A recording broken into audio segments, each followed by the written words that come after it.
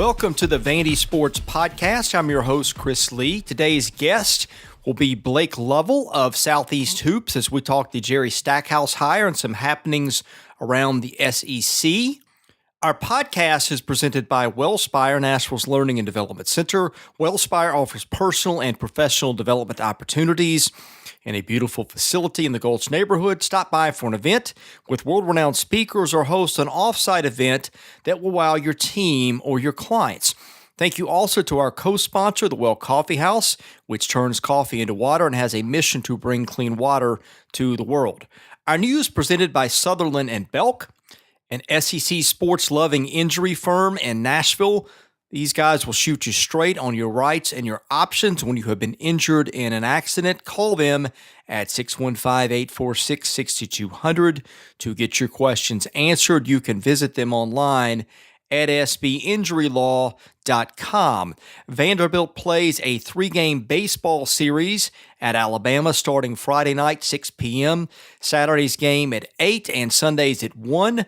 Saturday's game is on the SEC Network, all the others on the SEC Network Plus, otherwise known as the Watch ESPN app, or Vanderbilt is 9-6 in the conference heading into the series. Vanderbilt has officially named David Grace an assistant on the basketball staff. Grace has been at Oregon State and UCLA. His last stop was Cal. He is renowned as an outstanding recruiter, and we will talk about him some in the podcast. Blake Lovell joins us now. He's a good friend of mine, has been for years, used to write some for us. He works at southeasthoops.com, does a wonderful podcast there. Blake is a guy I respect and like, and I know he's going to offer some good insight on our show today. Blake, thanks for joining us. How have you been? Oh, doing well, Chris. Yeah, good to be back on with you. It's kind of an interesting time in college basketball. After a couple weeks after the season's over, you get the coaching stuff, and you got recruiting and transfers, and so it's actually a pretty busy time, even though the off season's already here. Before we get into Vanderbilt, what is your take on what has happened around the SEC landscape with the coaching carousel outside of Vanderbilt? Yeah, I think you look at all the different hires. People keep asking, who's had the best hire of these four, and I think it's easy to look at Texas A&M with what they got in Buzz Williams. He's someone that has that proven success. He just adds sort of the credentials to the already loaded coaching roster in the SEC. I feel like that's probably going to wind up being the best hire of the group. But you can also say a lot of positive things about Eric Musselman at Arkansas.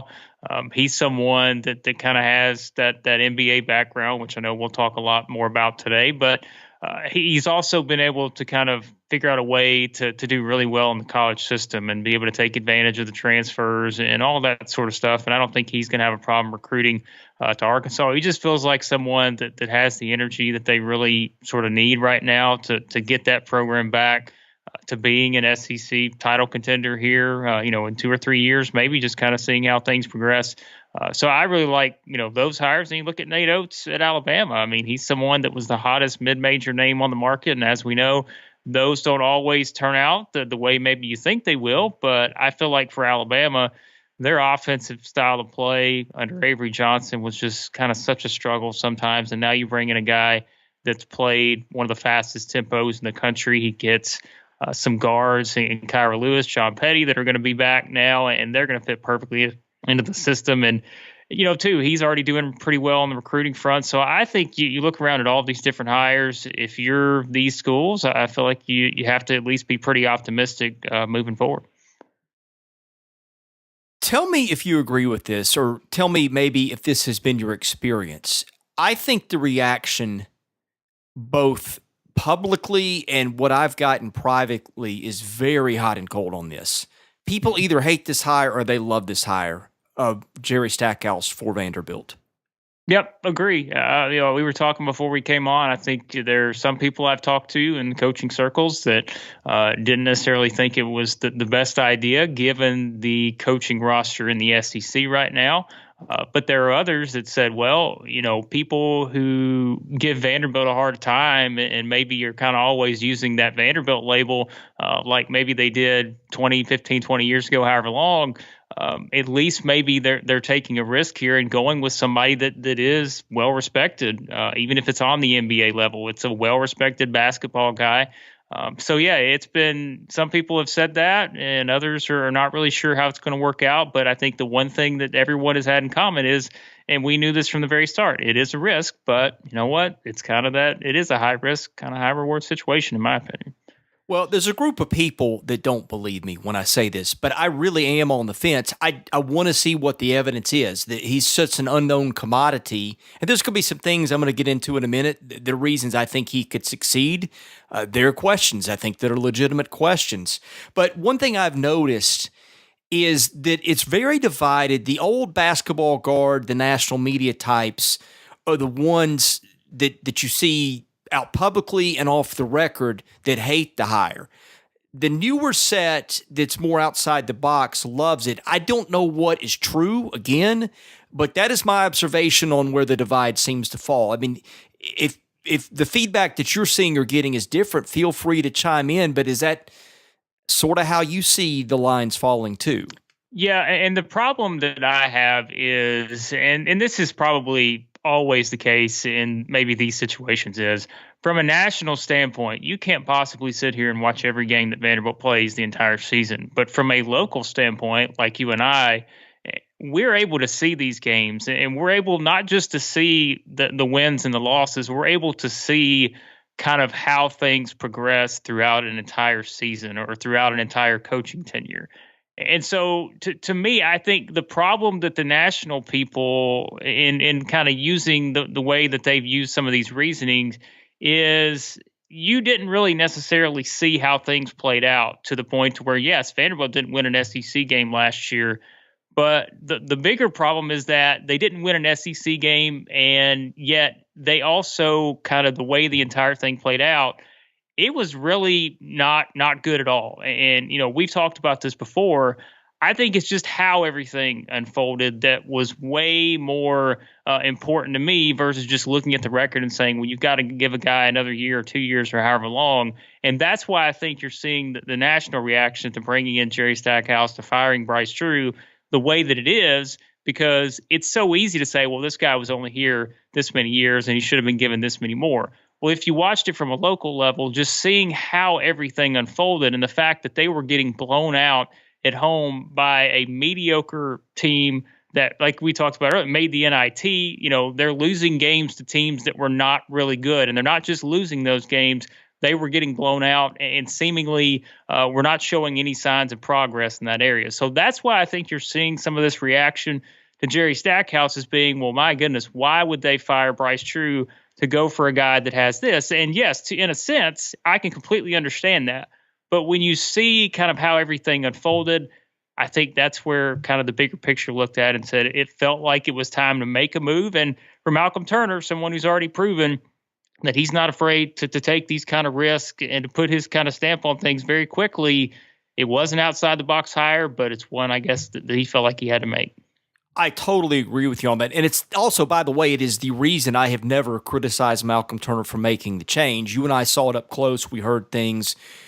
It just looked to me, I'd never say never, but it just looked to me like it wouldn't work. Bryce was going to have to grow a backbone. In fact, I wonder, honestly, other than a situation like Valparaiso where everybody loved him, where he could just recruit better talent through the foreign pipelines at Valparaiso, knew the system, his dad knew the system.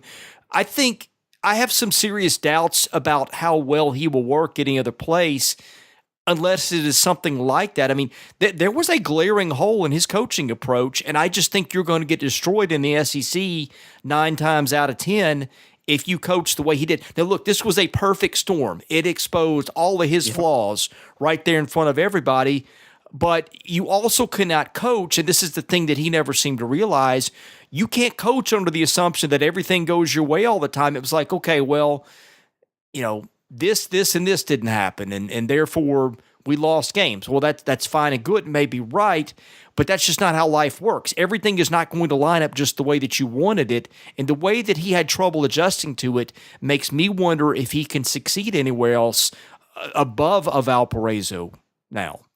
And it was a perfect storm, I think, too, from a national media standpoint. You have one of the most likable guys you will ever meet in Bryce Drew, and that's why we've kept kind of harping on that. But you have such a likable guy who brought in the best recruiting class in the history of the program, and things go south very quickly. They have kind of the bad season, and in a sense, you feel bad for him. It's like, well, you hate the way this thing played out.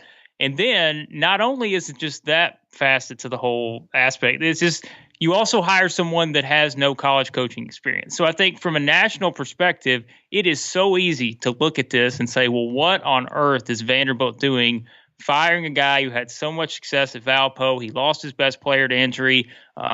He was clearly recruiting well. Things were going to turn around, and they hire some guy who's never coached a game in college in his entire career. So it was so easy to me, and you almost felt like it was kind of predictable in the way that the reaction was, just because you did. You could connect all the dots and make it feel like Vanderbilt was doing one of the worst moves they could ever do in this scenario. But I look at it from someone like you who's followed this program for a long time, who sees it on a local level, who watched pretty much every game they played this past season and since Bryce Drew got there, and felt like it was something that kind of had to happen. And I've always said this: you don't win a game in conference play. Everything is on the table, and it only magnifies when you're dealing with a completely new athletic director.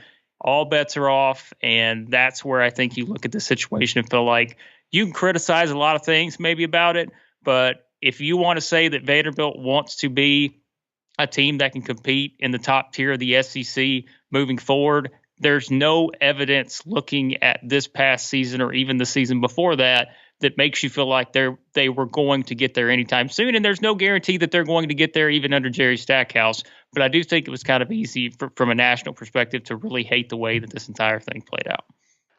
I'm going to make a comment before we move on from the Bryce Drew Vanderbilt parting and the tenure. And I'm going to make it not to dwell on it, but just to kind of set something up next. I watched this, and I think a lot of us, we've watched like a bad marriage or a bad relationship where you know both the parties really well and you like them, but you're also very deeply aware of their fatal flaws. And when you ask, like, why is this not working? One party will say, well, she's this. And you're like, okay, that's 100% true. And then the other party will say, well, he's this. And that's 100% true. And so depending on whose side you're getting things that are true, but they're not the whole truth. And I just think that both sides left the other one so much ammunition. I think that is why people are so split on it and having such a hard time. Now that, and the fact that the national media, I think, we may get into this a little bit later, I think has gotten totally played by this story. But when I watch what happened between those two over the years, that's just what it reminds me of. Yeah, and it's kind of like we said too. It's the comparison in the coaching careers too, in terms of the reaction to Jerry Stackhouse. You do have a guy like Bryce Drew, who was very much seen as sort of that up and coming, the next big thing, in college coaching, and with what he did at Valpo, and then he takes over at Vanderbilt. He gets into the tournament in the first year. You feel like everything's kind of going in the right direction, and that's why. You bring in someone who doesn't have that college experience, and it's so easy to kind of just look at it like we were talking about and say, well, they didn't win an SEC game, sure, but it's because they lost Darius Garland. It's because of this or it's because of that. When I think looking at it from a sort of clearer lens on a local level, there were clearly much bigger issues than that. And it's kind of easy maybe just put it all in a vacuum and say, well, let's point to this one thing. And that's actually the reason why they lost this many games in a row, when that just simply isn't true. There were lots of different factors that went into it. And I think something we discussed when Jerry Stackhouse first got hired, the player development standpoint, where you feel like that's one of the things that Stackhouse has always been kind of heralded for, is his ability to develop players. I think when you look at this Vanderbilt roster, I mean, you go up and down the line, it just didn't feel like anyone took a significant step forward. Even during this losing streak, you say, well, it's hard to do, when you're losing so many games, and that's fine, but you have to be able to kind of make that progress even when you're losing games, because we've seen a lot of programs do that. Even when they've had rough years, they still have guys that have seemingly taken their game a big step forward. So it was a very sort of complicated situation, probably looking at it from kind of being outside of this whole entire bubble, I guess. But when you're closer to it, I think it was a lot easier to look at it and say a change had to be made. Are they making the perfect fix? Is Jerry Stackhouse going to be the perfect fix? There's no way for anybody to know whether he's going to be the perfect fix or not. But it did feel like when you looked at the overall thing that it was something that was going to happen, whether it was this year or, quite honestly, they may have been in a very similar situation going into next year. I'm not saying they were going to lose every single SEC game, but was there going to be significant improvement going into next season? My answer to that would have been no. A friend of mine said something to me. I don't even remember what we were discussing.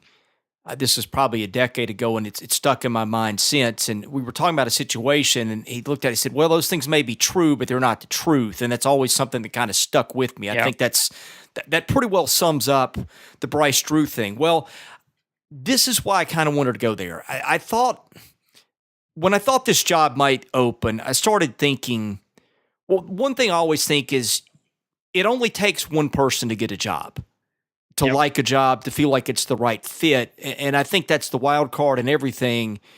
Perception of a job is important, but it's not everything, because it's not like who takes that job is based on a straw poll. It's one individual, and he has to make a judgment whether that's right for him or not. That's also why a lot of times big name schools and their fan bases get disappointed with who they get, because it boils down to availability and whether guys are fits. But the thing that I was concerned about for Vanderbilt,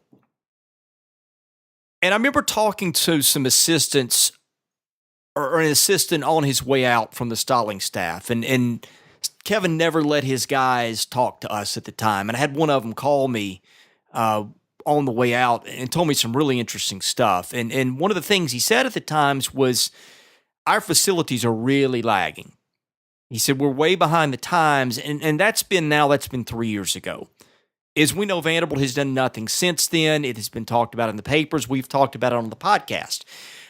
You also had a coach in Kevin Stallings who, I think at the time, I think we probably appreciate him now more than we did then. Now, I don't, again, blame Vanderbilt for moving on. Kevin was such a pain behind the scenes, and the fact is his best teams, almost always underachieved. So I'm not going to criticize Vanderbilt for moving on. I am saying maybe we didn't appreciate that as much then as we do now, given that we've seen the bottom. But here's where I'm going to go with this.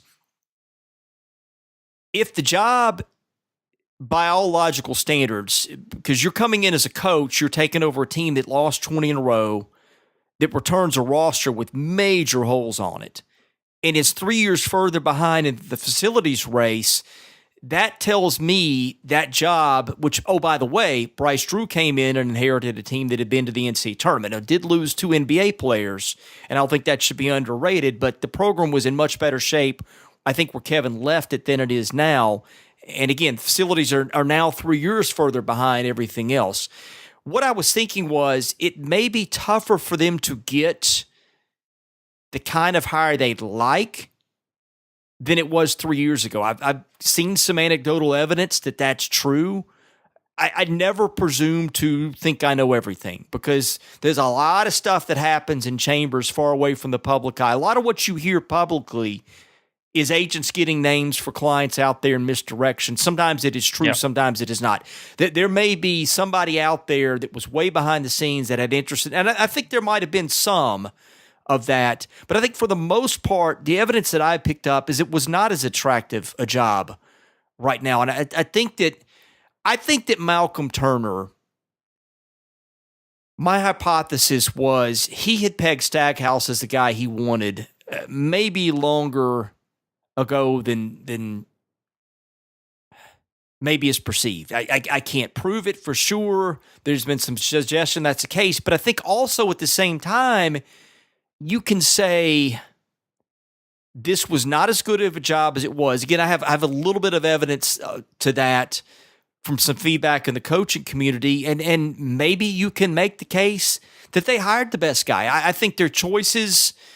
I'm not going to say that they couldn't pull a rabbit out of a hat somewhere else, but I think their choices probably realistically were more along the lines of the Casey Alexander types, and we can debate which one was right, but I don't know. I don't know that they had a buffet of options like maybe they had last time. What are your thoughts on that? What kind of stuff did you hear? Yeah, and I think that's accurate. And it's so easy in these coaching searches. And the first thing we always do, especially it's an SEC school, and we see all the coaches at all the other programs around the conference. And that's the thing that we've been beating over and over and over again the past 3 or 4 years is look how good the SEC coaching roster is now. It's the best it's ever been. So you just automatically assume that it's going to be easy to walk out there and say, well, let's pull in this guy from this power conference. Let's pull in a guy that's been to an Elite Eight or a Sweet 16, and let's just go ahead and plug him in, and things will be fine pretty quickly. Some of these schools have been able to do that, others haven't, and that's why I think it's sort of easy to look around and bring up all the names we did. And Eric Musselman was one that felt like he was a guy that would be in contention. And I was talking about him possibly even going to an Alabama or an Arkansas or a Vanderbilt, and that's like you start to tie all of those guys in. It's like they are guys who would make sense because you're trying to compete with these other coaches and all that. But you also have to look at the current situation, and that's what you were just talking about, in that it is a program that is coming off of a winless season and the first one in league play in many, many, many years. And so it's not the job maybe that it was 3 years ago, and it's not being perceived the same from a coaching perspective, whether that's from looking at sort of do you have the pieces you need to be able to win right away, and right away may not mean next year, but maybe in the next 2 years or 3 years, can you get yourself to that point to where you feel like you're competing with John Calipari, with Rick Barnes, with Bruce Pearl, with Ben Howland, all of these guys near the top of the SEC?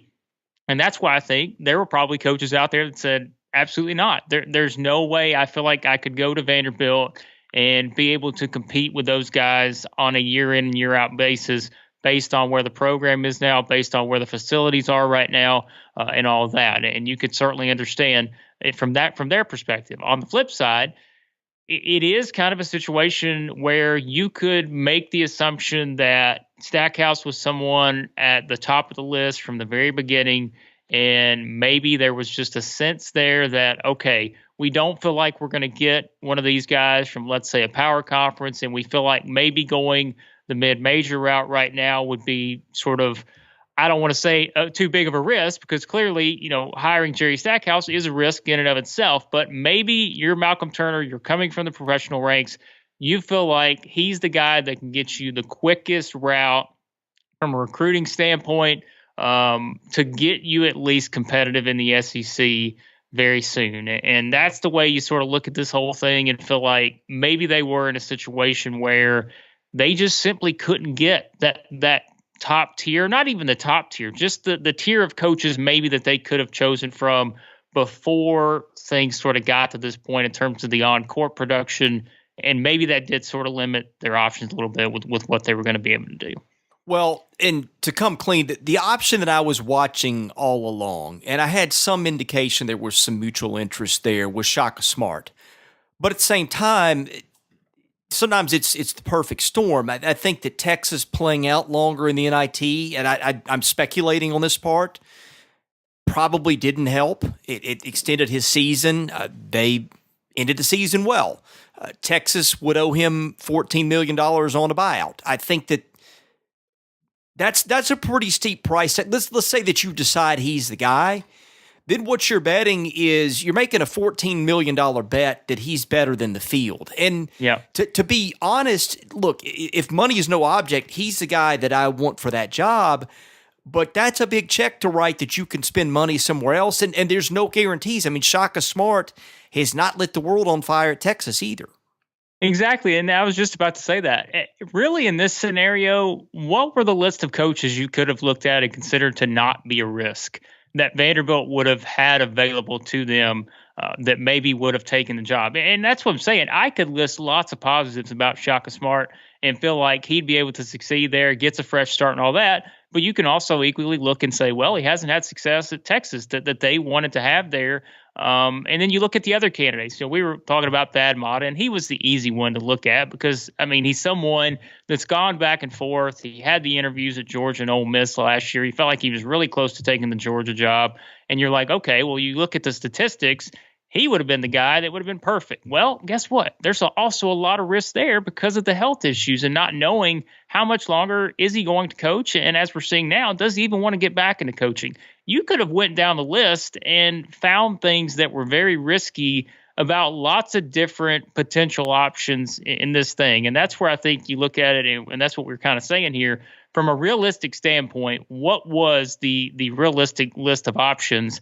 And it just probably wasn't what maybe we thought it would be, and not maybe a list you would have seen 3 or 4 years ago in the same scenario, even if it is, like we said, in what's now one of the most competitive conferences in the country from a recruiting standpoint, just from trying to get to the NCAA tournament.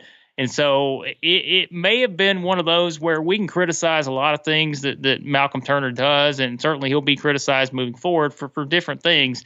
But maybe, in terms of risk, you're hiring a proven basketball guy. Maybe it's at another level in the NBA. He doesn't have the college coaching experience, but how much more of a risk is it than some of these other guys maybe that would have been in the mix? We don't really know. Well, Thad Matta, probably that would have been the optimal candidate, a guy where the only risk is the back. Look, everybody has risk. That guy won at a crazy high level and consistently. And those are the coaches that I think are elite, the ones that can win at a high level and win consistently. He was that guy, and this is not just, I've talked to some people that kind of know the deal on that a little bit. I think that there are some really legitimate questions about whether Thad Matta actually wants another job, and maybe what Thad Matta, maybe he wants another job, but he's like waiting from his universe, Kentucky or one of those. And I don't even know that he would take one of those. But I mean, I think he's got to go through the process every year of interviewing at jobs and making an effort to collect his buyout from Ohio State. I strongly suspect that is what's going on. So I don't think that would have been realistic for them either. Yeah, and that's the thing. Like we said, he was really the only one you could have looked at, and you compare resumes to him and the other coaches around the SEC, the ones we mentioned earlier, like the Barnes, the Pearls, the Howlands, all those guys. He's the one that everyone would have loved. Alabama would have loved him. Arkansas would have loved him because just from a resume standpoint, there's no other coach out there that's completely available that has the resume that Matta has. And so it was so easy to look at that and feel like, okay, well, surely one of these teams can hire him. But you also see an interview he did not long ago, and he's just kind of talking about how much of a relief it is not to have to, wake up in the middle of the night thinking about this or that and worried about recruiting and just the grind that it takes on your body, which all these guys go through. It's just, you look at it from that standpoint. And sure, it would have been a risk, just like we said, because of his well-being and just trying to get back into it. It would have been a risk anyways. And there were probably several different options, maybe lower than him in terms of just overall credentials. That would have still been considered a risk, even if Vanderbilt would have hired him. Yeah, I think their realistic options, from what I can tell, were along the lines of Casey Alexander, John Brannon, and then at that point, it's just which flavor of risk is it that you prefer? Yeah. And going the mid-major route again, to me, that's where we looked at it. And, if you hire another mid-major coach, you're going to still have that split probably where some people are going to say, well, we just went that route and look what happened. And so you're kind of looking at it. You can make the case for both ways, but the fact is no one really knows who's going to be right because it's going to take 2 or 3 years for the whole thing to play out. Well, coaching hires are so predictable too. If the problem was that the last guy was too much of a jerk, then you're going to probably overcompensate with the next guy in the other direction. And then when things become that guy was too nice, you're probably going to look to slide back in the other direction. Again, sometimes schools overcompensate for that. I think that also is a very good, and by the way, I'm not invalidating that. I'm just saying it's a fact of human nature. And that's kind of what I want to touch on next is I'm looking at the qualities of the coaches who I've seen who've killed it here. And there's two of them, you know exactly who I'm talking about before I mentioned them. They're Tim Corbin and James Franklin. And I'm thinking of the qualities that they had, and maybe you've got your own list in your head, but these are the three things that kind of, as I've watched them up close, separate them from the other guys. I think that those guys are tough-minded. I think that their kids respect them, may or may not like them all the time, but they respect them. And I think the third thing is that they're super organized and they didn't miss a trick. And I think that is what separates the elite guys in terms of what I have seen at Vanderbilt from the pack. I think that I can point to any other coach who didn't do well there and find some flaws in those things. And I look at Franklin and Corbin and I'm like, pretty much those guys get an A or A plus on those three things. If you think of anything else, I'm interested to hear. But if you want to distill it to what I think it really takes to win here, I think it's those things.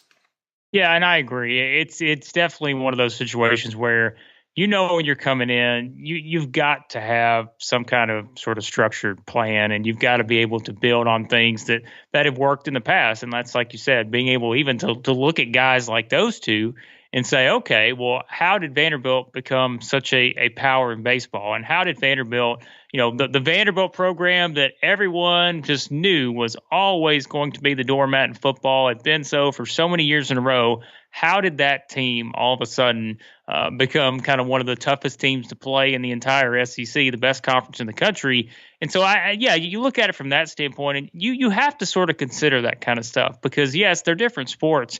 But from an institutional standpoint, there are things there, as we know, there are things that are unique to Vanderbilt that you just don't see anywhere else in the SEC. You don't see it many other schools around the entire country. So you have to come in with that mindset, knowing that there are going to be some things you have to tweak, maybe that you've done in the past. And that's where we flip it sort of. We talked about just how nice of a person Bryce Drew was. And that's not to knock Bryce Drew in terms of, disciplining his players and kind of taking that approach to players. We don't know, all that different stuff. We saw what we saw in games and all that, but we don't know in terms of how the other stuff played out. But you look at someone like Jerry Stackhouse, when that's the one thing you hear. The first thing you hear about Jerry Stackhouse is he's the kind of guy, aggressive, tough-minded. It's going to bring that hard-nosed type of discipline and all that. And that's where, like you were talking about earlier, it's just you flip from kind of one thing to the other, and you just kind of hope that's going to be something that pays off for you in the long run.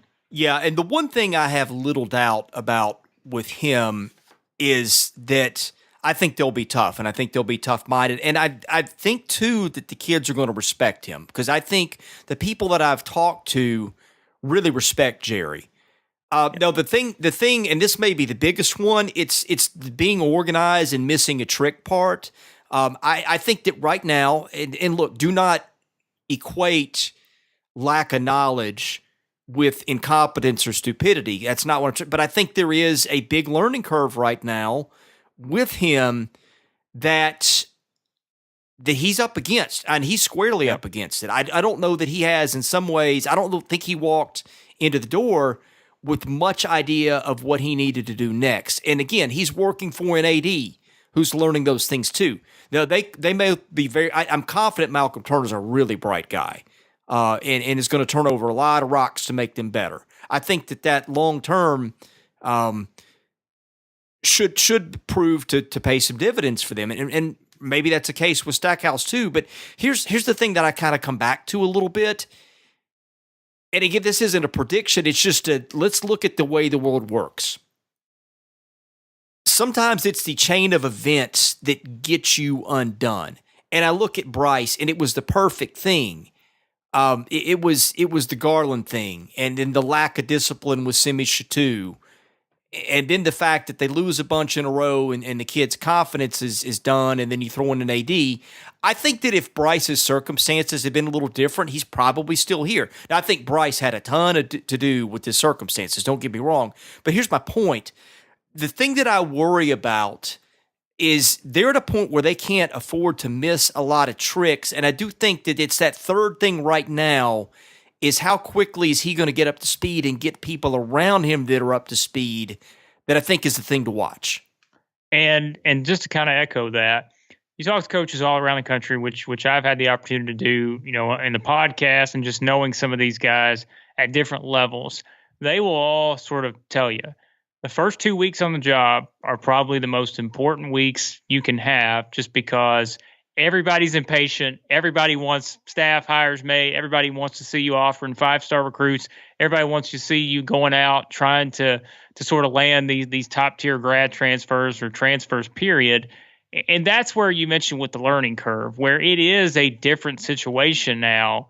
And because there is that lack of college experience, both from a coaching standpoint, from an AD standpoint, that's where I think some of the concerns are valid, in that people are going to wonder, okay, are we missing an opportunity here right away just because we do have to go through this process? Well, for me, it's more about getting it right in terms of being, having to speed things up just to do it, just to have it done in those first 2 weeks or first month or whatever. But it is very important too, because we see, we look at all these other guys that have gotten hired around the SEC. I mean, Buzz Williams, he landed 4 2019 recruits in a single day last weekend. And like we're saying, these are all different scenarios too. I'm not saying this just to say, well, because Jerry Stackhouse isn't out here landing 4 recruits and offering everybody in sight, he's going to struggle. That's not what I'm saying at all. But that's where you compare it sort of to that learning curve, where you have that. You've seen someone like Nate Oates. He's already, had a guy flip from Buffalo. He's out offering some really, top 10, top 20 type of players in both the 2020 class, 2021. So it's kind of that delicate situation where, yes, you have to be able to get things right, but there's so many things you have to do when you first take over a job. And that's where the one biggest bright thing in all of this to me is the David Grace edition, because he is someone, getting him there now, he can help sort of expedite that learning curve, that entire process, because he has all the experience. And he's been someone that's recruited at a top-notch level for so many years now. I think just adding him is really going to help this entire process, make it a lot more smoother, in my opinion. Yeah, I agree. I think that was a big hire. I want to get to that in just a second. I want to talk kind of range, and this is kind of back to what I'm talking about, the momentum and circumstances thing, because I think there's a range of interesting outcomes next year that could really start to shape his tenure.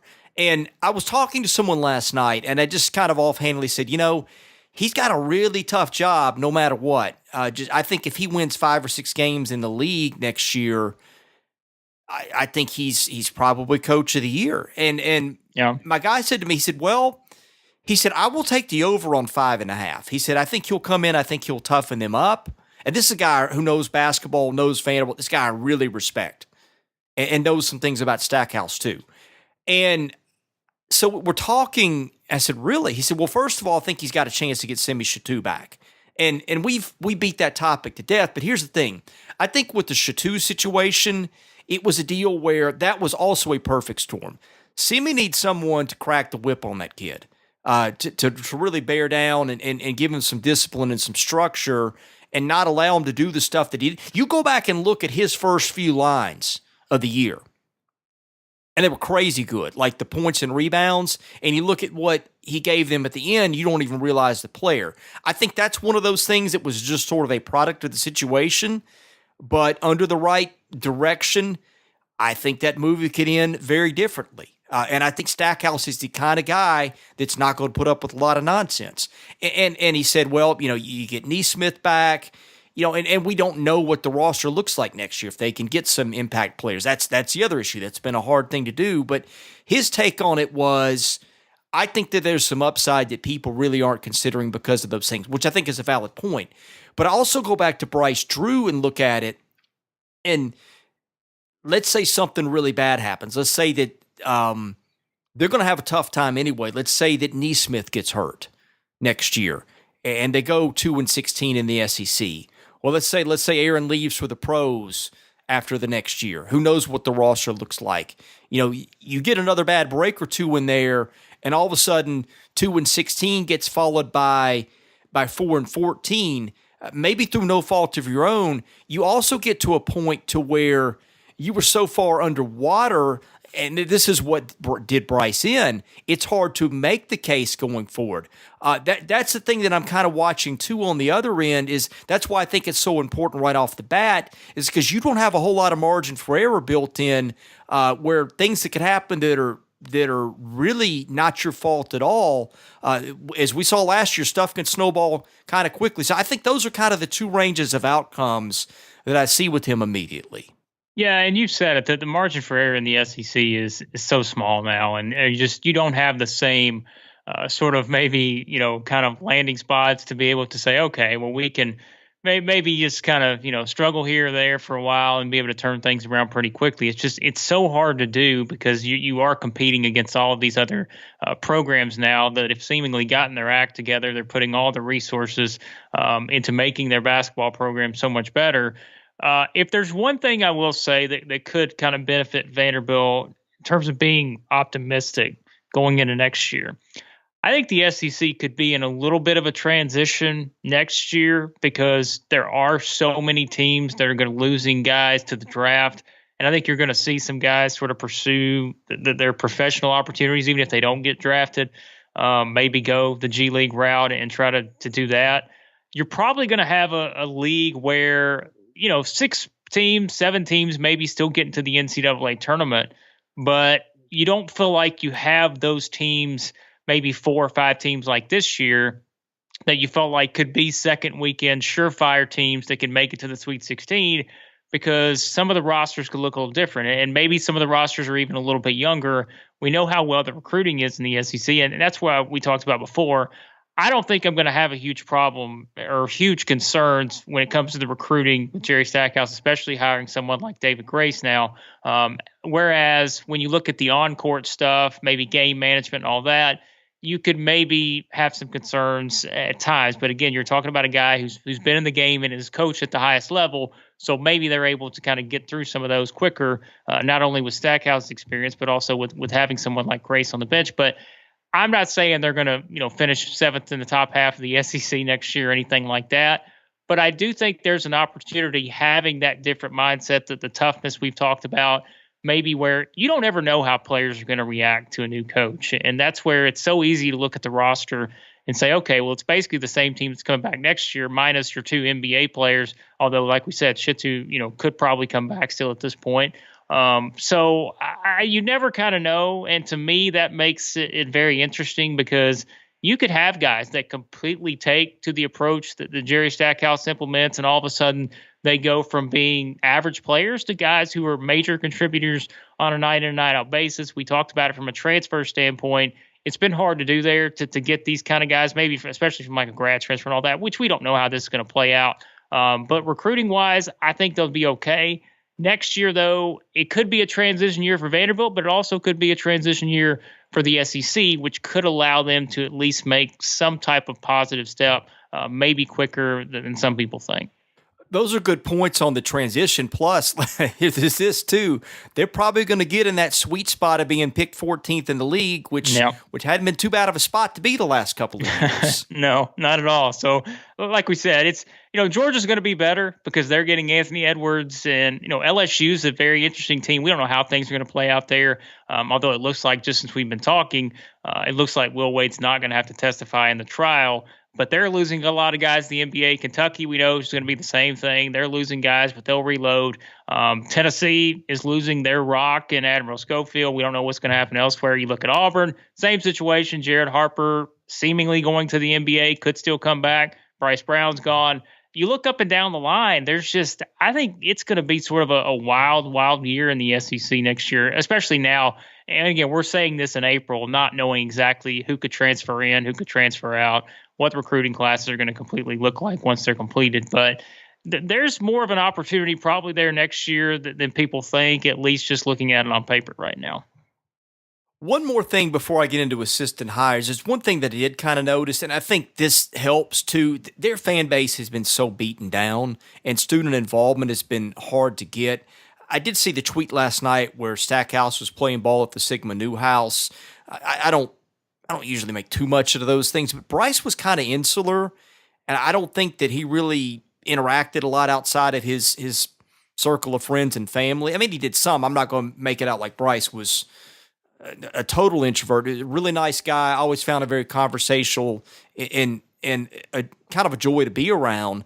But that was one of the criticisms of Bryce. Bryce wasn't networking enough, I think, with alumni. And I don't know about students. I never asked specifically, but given the nature of his personality, probably not. I think that him getting out and doing those kind of things and just being a little fan friendly is something that they also need too. And that was kind of one encouraging thing to see early. Completely agree, because what's one of the hardest things you have to sell is when you're coming off one of literally the worst season you've ever had, and you've had one of the worst seasons in the history of the conference. And how do you go out and sell people and say, okay, well, we expect you to be in the gym next year to watch us play? That is a really hard thing to do. And I would not doubt for 1 minute that was one of the factors when you're Malcolm Turner looking at your options here. You feel like someone like Jerry Stackhouse, who has sort of that name value, has the experience at the NBA level, someone that a lot of people know and a lot of people have seen play. Maybe they don't know enough about his coaching career because he has been in the NBA, but he's someone you feel like can at least get you to a point where it's okay. We're intrigued. We'll come out. We'll see how things look. Hopefully we see something different to where this program is headed in the right direction. And that is, it's the hardest thing you could do is have to sell a fan base after, again, the worst season you've seen. It's not an easy task, and doing things like that are not going to fix everything, but they're also not going to hurt. Like you said, when you do have a fan base that's really been beaten down at this point. Well, lots of unknowns. Let's start with one known. David Crace, from everyone's opinion, is an outstanding recruiter. That was a big coup for that staff. Absolutely, 100%. And like I said, knowing coaches, talking to coaches, that's the thing that gives everybody kind of optimism, I think, in college basketball right now, is the fact that he did go out and hire him. If his first hire would have been someone, let's say, that maybe didn't have that recruiting experience, if it had been someone that hasn't necessarily, been at that level, I think there would have been a lot more concerns. But at least adding someone like this, who really is one of the better recruiters in the entire country, there's a reason Wyking Jones at Cal last year, once Grace was out at UCLA, there's a reason Wyking Jones wanted him, because that Cal program, we talk about how bad Vanderbilt was last year. That Cal program the past 2 years has been very, very bad. And, Wyking Jones got fired, but you're talking about being very, very bad in what is easily now one of the worst, power conferences. And just because we've seen kind of what's happened in the Pac-12, but there's a reason he got David Grace, because so they could try to get some players to get things on track in a hurry. And you feel like that's exactly what he's going to be able to do at Vanderbilt. Just someone that's really well respected, someone that's going to be able to recruit with the best of them out there. And again, it's not always about getting the best recruits. It's how you develop talent. But I think he's done a good job of that as well. We can say you couldn't have gotten a better hire, and certainly there's guys you can look around and say it, but it's really close to feeling like, a home run type of hire based on this entire situation of hiring a head coach that doesn't have college experience. You get one of the better assistant coaches, one of the better recruiters in the country.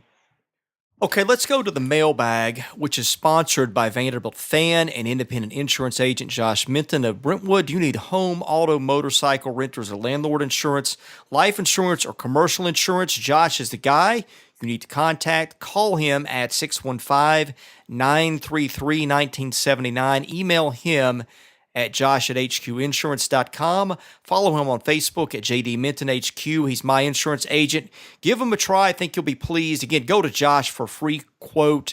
No obligation there. I think that you can't hurt. At the very least, you stick with what you've got or you find a better deal. And Josh is a top-of-the-line guy, too. You will enjoy dealing with him. Okay, Bex4VU says, how do you feel about the state of the program now compared to 2 months ago and 2 years ago?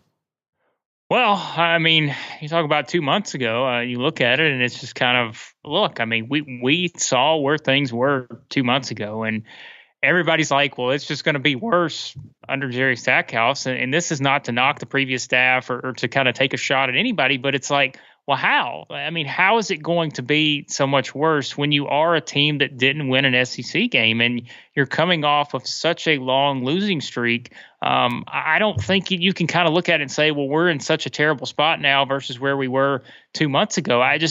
You can't accurately say that just because you saw where you were 2 months ago.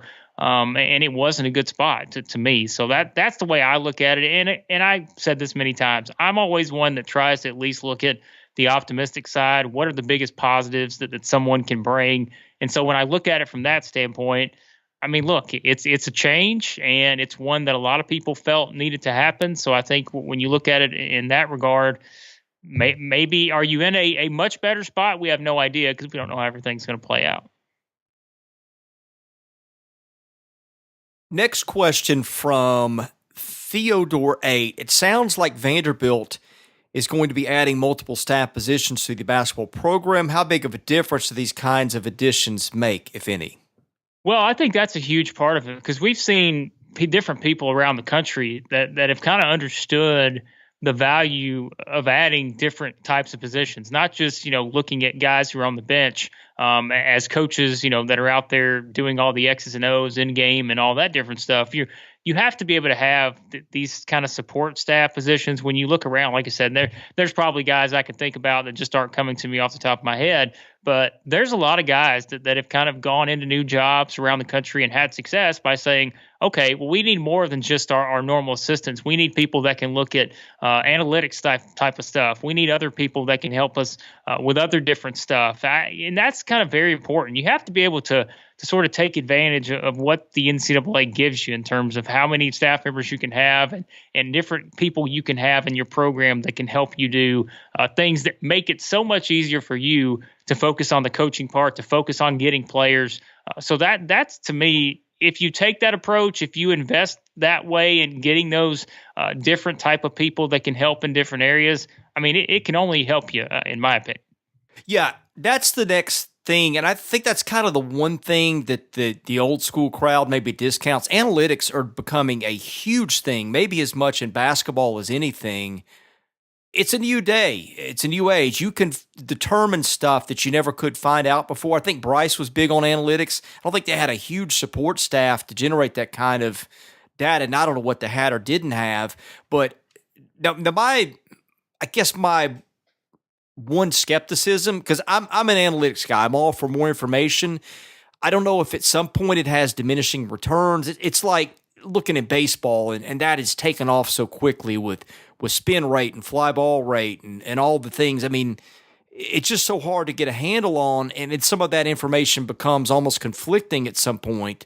I don't know if basketball has a similar thing, but in general, I see more analysts and those types of people is something that you want in your program. If I were a coach, I would want more information. And I was told, I think Eric Musselman at Nevada had 19 guys on his staff last year. Now somebody pointed out that, you watch them and they tended to underachieve. And so, again, it brings into question, is some of that overrated? But I think, given the choice that or not, I'd rather have it. Yeah, and I think there are some parts of it that maybe we kind of look at and overplay too much. But my thing would be, and I'll tell you this, I talked to Colton Houston, who was Alabama's director of basketball operations for many years. He was there under Avery Johnson. He was there when Anthony Grant was there. And this is just the director of basketball operations role. But he made a very good point, I thought, when we were talking about, what's the job that you do? How would you best describe that particular position? He said, my job is to do the things that need to be done so our coach can recruit and worry about helping players on the court. And that way it takes all that off. And that's what we say when you add different support staff positions, which we already know there is a director of basketball operations position. But when you add these other things too, it makes it easier on everyone that is trying to help the coaching staff, the ones that are doing all the in-game stuff. Someone like Jerry Stackhouse, whose focus is to go out and recruit and to help these players get better to where they can win as quickly as possible. I think that it's so important. And like you said, there's no guarantee that's going to lead to more success, just having more people. But it kind of allows the main coaches to be able to do the job of recruiting and the on-court stuff and not have to worry about some of this other stuff. Here's a question I have, and you would know much better than I know. Let's say they blow it out with staff hires, and which I support that. I think you get good, smart people in your organization. It is going to make you better. Is it to the point in the SEC where it gives you a competitive advantage, or does it just pull you even with everyone else? Well, I do think there are certain programs that maybe don't embrace it enough. So by doing that, like we said, maybe taking more of an approach now to where you're looking at getting people in there who can solely focus on analytics and solely focus on other things. You're at least giving yourself an opportunity to have that competition part of it in check, because like we said, if you're looking at it from just a pure coaching standpoint, you do have someone that doesn't have the experience that these other guys have in terms of head coaches around the conference, doesn't have the background, the pedigree at the college level. So it does give you, I don't know that it necessarily gives you an advantage, because we don't exactly know how it's going to play out, but it does give you an opportunity to be able to take advantage of some of the things that maybe other programs aren't necessarily doing enough of. Well, and the one other thing with that is facilities, and we've harped on that. But I think that he's got a guy, Jerry Stackhouse just got paid, according to reports, $18 million over 6 years. He's Malcolm Turner's guy. Malcolm sort of, as someone said to me, started the clock on his tenure about 2 months in, because a lot of the judgment about him will be based on how well Jerry Stackhouse does. So by definition, Malcolm's got to be really invested in Jerry's success. And right now, of course, there's a bit of a power vacuum above him. So I don't know if he's just got free reign to do whatever. I mean, it sounds like it's pretty close to that, if not that exactly. The weird thing about that, but anyway, I think that's going to help, is that Malcolm needs to make this work. So I would think that Jerry has got maybe even a blank slate almost on getting whatever he wants.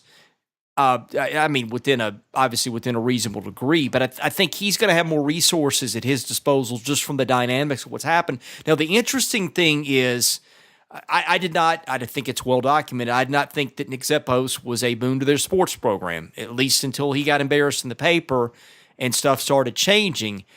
But the thing that I was told on the AD hire was that it was a good thing that it was going to be Nick's guy, because he had to stand and fall with that. Well, now Nick's gone. I don't know what that means at this point, but there might even be a scenario where Zeppos being gone maybe doesn't help them in some ways, if that makes sense. Given what else has happened to get them to this point. I don't know how that's the question I have. Like, how does that play out now with the chancellor?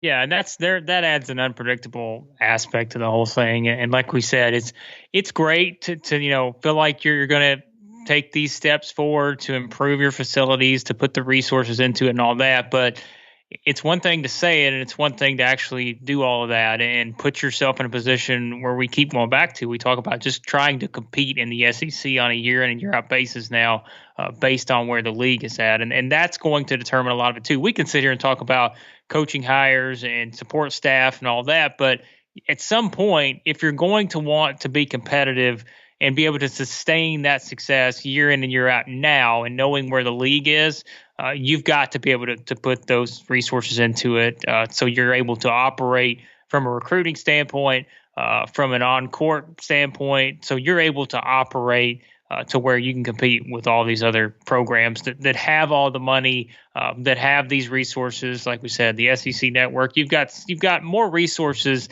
than you've ever had in this conference. You've got to be able to put them into it if you want to be competitive. Well, and if I am Malcolm Turner, I'm taking advantage of the situation right now. I'm not going to go be stupid about it, because I don't want anything to hang myself with later. But I am taking this opportunity where the cat maybe is away to do everything I can to spend a little more money or do whatever I think I can get away with to make my programs more competitive, because you just never know what it looks like under the other guy. Now, maybe all the stuff that was in the paper has laid the background to where it's going to continue to be that way, that the next chancellor will be very supportive of athletics and maybe more visible, hopefully, with it. But it does beg some interesting questions of how you handle that if you're Malcolm Turner, because that's what I do if I'm him. Yeah, and I'm with you. You do it now, because if you don't, there's been a lot of contracts that have been offered. There's been lots of stuff that's been talked about. As soon as a new guy comes in or a new hire's made, it all gets talked about from the beginning because everyone wants to paint the brightest picture possible. But that stuff can kind of be forgotten about and just sort of pushed to the back burner. So you certainly want to try to take advantage and do it now, because that gives you the best opportunity to get everything in place and at least have things in motion to help you move forward. Let's see. I think we have answered most of the other questions. Stanimal had one about the Pete Thamel article. We've talked about that. Again, I don't think there's anything else we can add to that. Papa Hick 4VU did ask a question that, as you pointed out, has kind of become outdated since the podcast started.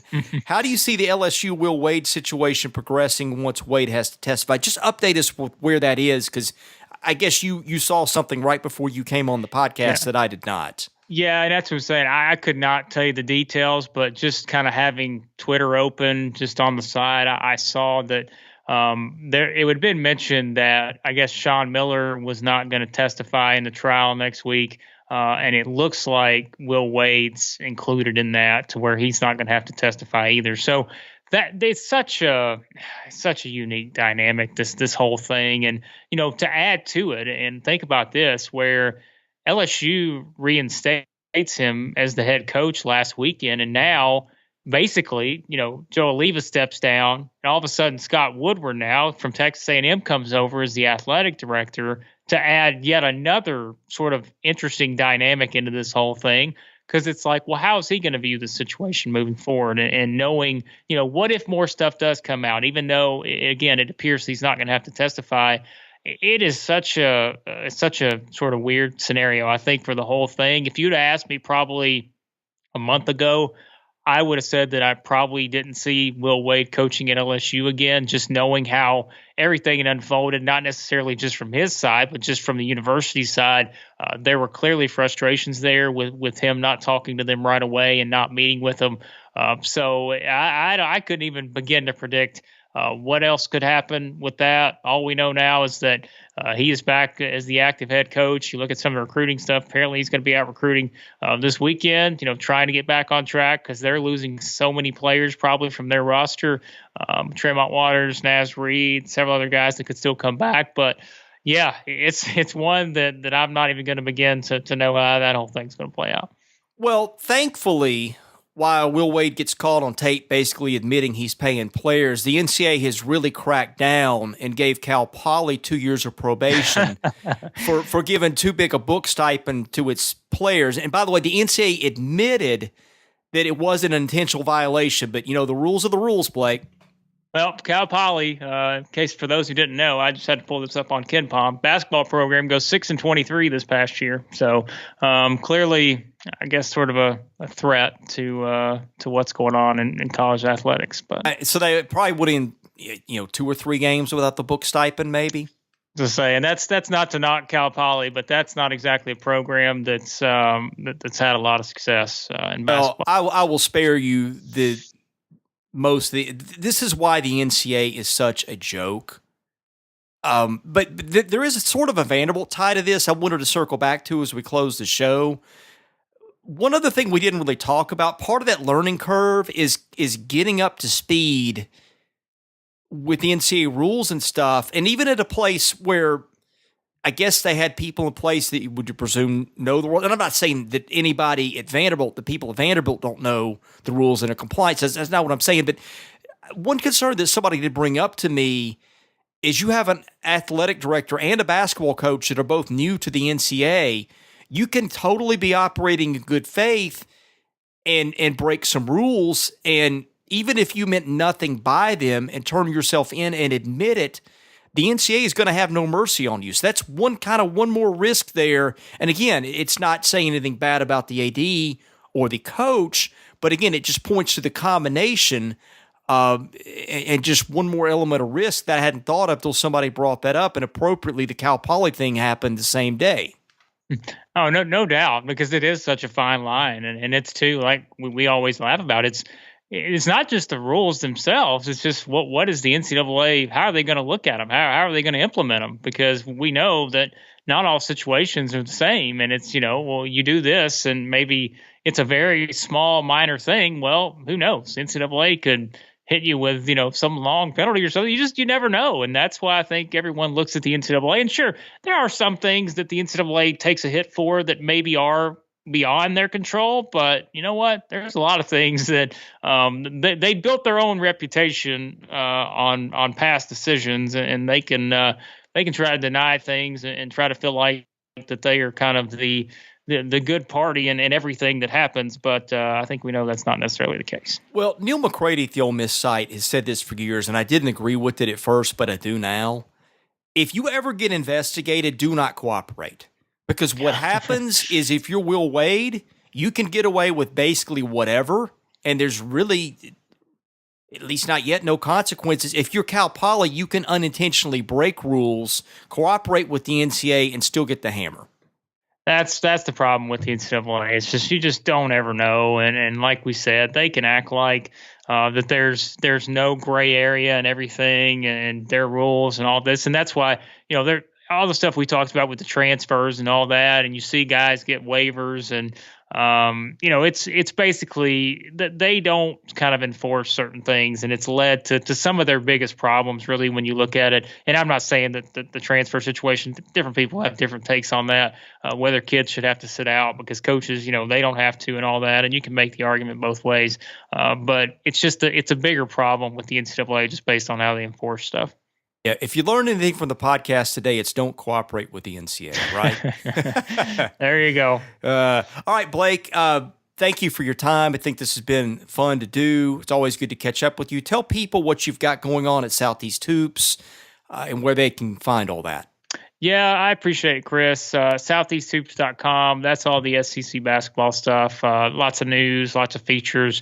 We've had some good podcast interviews last week. Even had Drew Maddox on. He had a fun conversation with him. He talked a little bit about the Stackhouse hire and different guys as well. And we'll continue to have more conversations with coaches, former players, all that good stuff as we go throughout the summer. So, lots of fun. And as we keep saying, the SEC finally a conference where there's certainly no shortage of good things to talk about when it comes to that, since it's sort of become quite the phenomenon now in college basketball. And I think your Twitter handle from memory is at the Blake Lovell, Lovell, no dashes or characters in there? That's it. Okay. No dashes or characters. That's worth the follow as well. All right. Thank you for coming on, Blake, and I'm sure we will find an excuse to do this again between now and basketball season. Thanks, Chris. All right, he's Blake Lovell, host of the Southeast Hoops podcast and at southeasthoops.com. I'm Chris Lee, the host of the Vandy Sports Podcast. Thanks for listening. We'll catch you again next week.